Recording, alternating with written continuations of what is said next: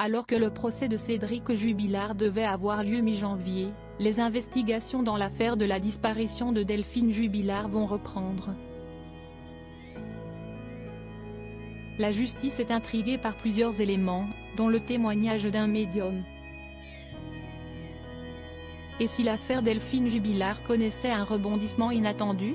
Depuis la disparition de la jeune femme, qui aurait 36 ans aujourd'hui, dans la nuit du mardi 15 au mercredi 16 décembre 2020, impossible de savoir réellement ce qu'il s'est passé du côté de Cagnac-les-Mines, dans le Tarn.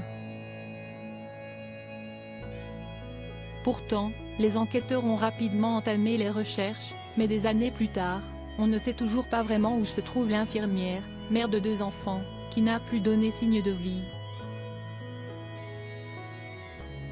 Dans cette histoire, le mari de la disparue, Cédric Jubilard, a été placé en détention provisoire le 18 juin 2021 et fait, encore aujourd'hui, figure de principal suspect aux yeux de la justice.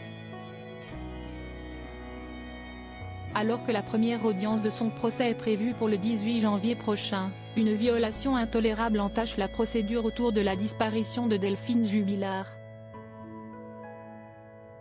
Mais ce n'est pas tout. Alors que le principal suspect dans cette affaire devait se retrouver devant la cour d'assises pour le meurtre de sa compagne, le parquet général de Toulouse a demandé un supplément d'information. La raison de cette demande ?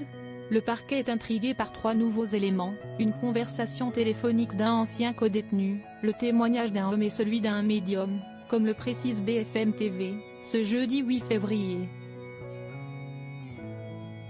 D'après leurs informations, la chambre de l'instruction de la cour d'appel de Toulouse a pris la décision de suivre les réquisitions. Si est-il l'avocat de Cédric Jubilard qui a confirmé l'information à nos confrères. Une conversation qui interpelle, une information qui a son importance et qui pourrait relancer l'enquête puisque de nouvelles auditions devraient avoir lieu dans les prochaines semaines. Difficile de ne savoir trop sur le témoignage du médium ni de l'autre individu, mais concernant l'appel téléphonique d'un ancien codétenu de Cédric Jubilard, des informations sont déjà sorties. Un mystérieux coup de téléphone qui pourrait tout relancer dans la disparition de Delphine Jubilard entre un prisonnier et sa mère à la prison centrale de Lannemezan, Hautes-Pyrénées. Mais il n'y a pas de preuves, Et Sofiane, et Sébastien et Mathieu, ils les connaissent pas, a notamment dit la mère du prisonnier.